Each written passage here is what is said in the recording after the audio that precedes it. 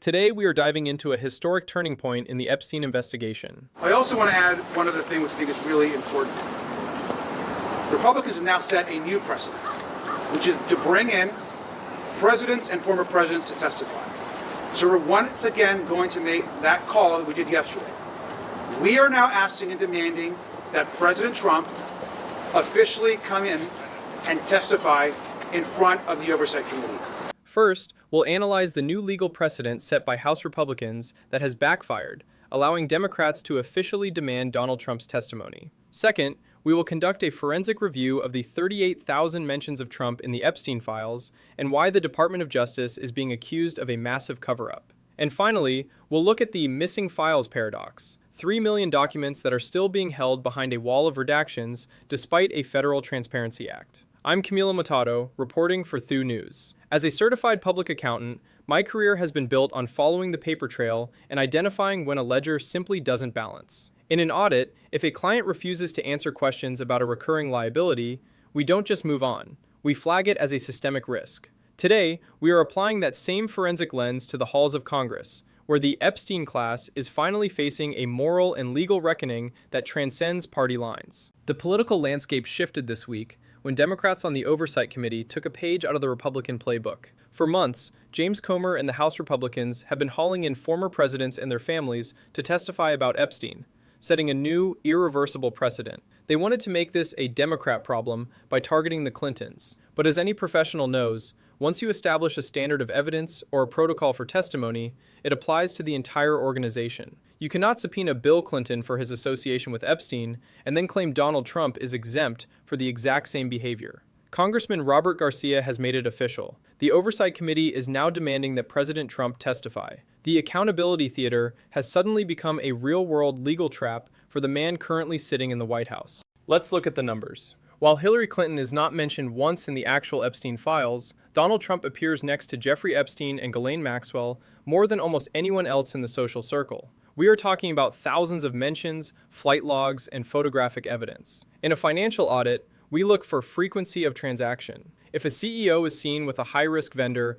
38,000 times, that is no longer a casual acquaintance. It is a primary business relationship. Trump has spent years calling this investigation a hoax and claiming he had a very bad relationship with Epstein for years. But the documents show them together in Florida, in New York, and in the social stratosphere of the 90s and 2000s. The Oversight Committee wants to know why, if the relationship was so bad, Trump is the one presiding over an administration that is blacking out witness interviews and withholding 3 million files. James Comer's defense of Trump is technically fascinating, but logically bankrupt. He claims that Trump has already answered thousands of questions from the press.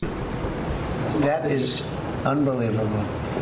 Do you want to waste the time, and do you feel like answering? I don't mind answering. I mean, I can't believe you're asking a question on Epstein at a time. But as a CPA, I can tell you that answering a reporter's question while walking to a helicopter is not the same as a sworn deposition. When Trump is asked about the files, he calls female reporters piggy, he mocks CNN's ratings, and he claims he's too busy running the country to read the DOJ reports. In a courtroom or an audit room, "I'm busy" is not a legal defense for noncompliance. Transparency isn't spewing rhetoric at a rally. It's providing unredacted documents and answering under penalty of perjury. The fact that the administration is celebrating transparency while simultaneously moving Ghislaine Maxwell to a low-security prison tells you everything you need to know about the substance over form of their investigation. We are now 2 months past the deadline set by the Epstein Files Transparency Act. According to the Ledger, there are still 3 million documents that have not been released. Witness interviews, the most critical part of any moral reckoning, are being released with entire pages blacked out. From a forensic perspective, this is evidence tampering. You cannot claim to fulfill a Transparency Act by providing a book where 70% of the words are redacted. The Oversight Committee is asking the question that every American should be asking. Who are these redactions protecting? If nothing came out about Trump other than a conspiracy, as he claims, then why not release the unedited video of the depositions? Why not let the public inside the room? In my profession, we say that sunlight is the best disinfectant. But right now, the DOJ is keeping the lights firmly turned off. I want to look closely at what Congressman Ro Khanna said about this moment. He's pointing to something that goes beyond the Democrats versus Republicans food fight. He calls it a moral reckoning. From a strategic perspective, James Comer has set a trap for his own party. By insisting that Bill Clinton testify, He has opened the door for Ro Khanna and Robert Garcia, who will likely chair this committee in the future, to subpoena Donald Trump the second he is out of office. Khanna's point is vital. This is about the Epstein class, a group of elites who believed they were above the law because they were part of a reckless, immature circle that thought doing business with a convicted pedophile was a status symbol. As a CPA, I see this as a systemic failure of governance within the world's elite. Whether it's the president of Harvard, Larry Summers, or leaders in finance at JP Morgan Chase, the audit trail shows a recurring theme. They all thought the proximity to power protected them from the proximity to crime. Until there is a total clearing of this class, the democratic project cannot be restored. Recently, new questions have emerged about other names appearing in the DOJ files. We're talking about Howard Lutnick, the Commerce Secretary, and even Elon Musk. When reporters asked Trump about their correspondence with Epstein, his answer was, "I'm sure they're fine, otherwise it would have been major headlines." As a professional, I find that answer fascinatingly negligent. In an audit, you don't assume a line item is fine just because it didn't make the front page of the newspaper. You verify the data. The survivors of Epstein are publicly expressing their anger because entire witness interviews regarding these high-profile figures are totally blacked out.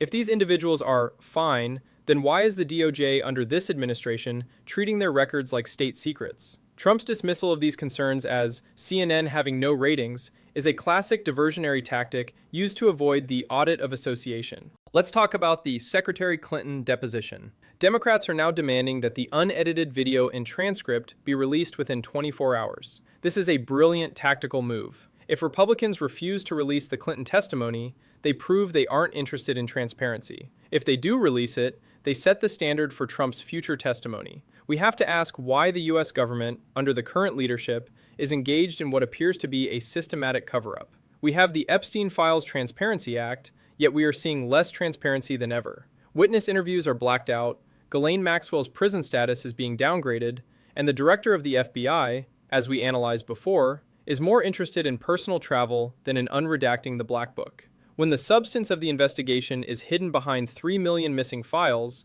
the form of the investigation is nothing more than a political stunt. This isn't just about who went to an island. It's about a class of people who use their wealth to bypass the human rights of others. The fact that James Comer and the oversight Republicans are parading the Clintons around while ignoring the 38,000 mentions of their own leader is a testament to the moral bankruptcy of the current investigation. They are cosplaying as champions of justice. But real justice doesn't care about your party registration. Real justice doesn't redact the names of donors and friends. As a CPA, I've seen what happens to companies that try to hide their liabilities behind complex structures. Eventually, the truth comes out, and the interest rate on that hidden debt is catastrophic. The final audit of the Epstein investigation in February 2026 shows a system at war with itself. The precedent has been set. Presidents can be hauled before Congress. The subpoena for Donald Trump is no longer a what if. It is the logical conclusion of the path James Comer has chosen. The missing 3 million files, the redacted witness interviews, and the piggy comments to reporters are all part of a liability shield that is starting to crack. The public is tired of the food fight. They want the Black Book. They want the unredacted truth. And if this administration won't give it to them, the next chairman of the Oversight Committee certainly will. But I want to hear from you. Do you think Trump will ever actually sit in that deposition chair? Or will the cover-up succeed in keeping the lights off? Why are witness interviews still blacked out 2 months after the transparency deadline? Let me know in the comments. Your engagement is the only thing that keeps independent media alive in an era of suppression. I'm Camilo Motado, certified public accountant for Thu News. Thank you for staying for this 10-minute deep dive into the truth they don't want you to see. Subscribe, stay informed, and stay safe.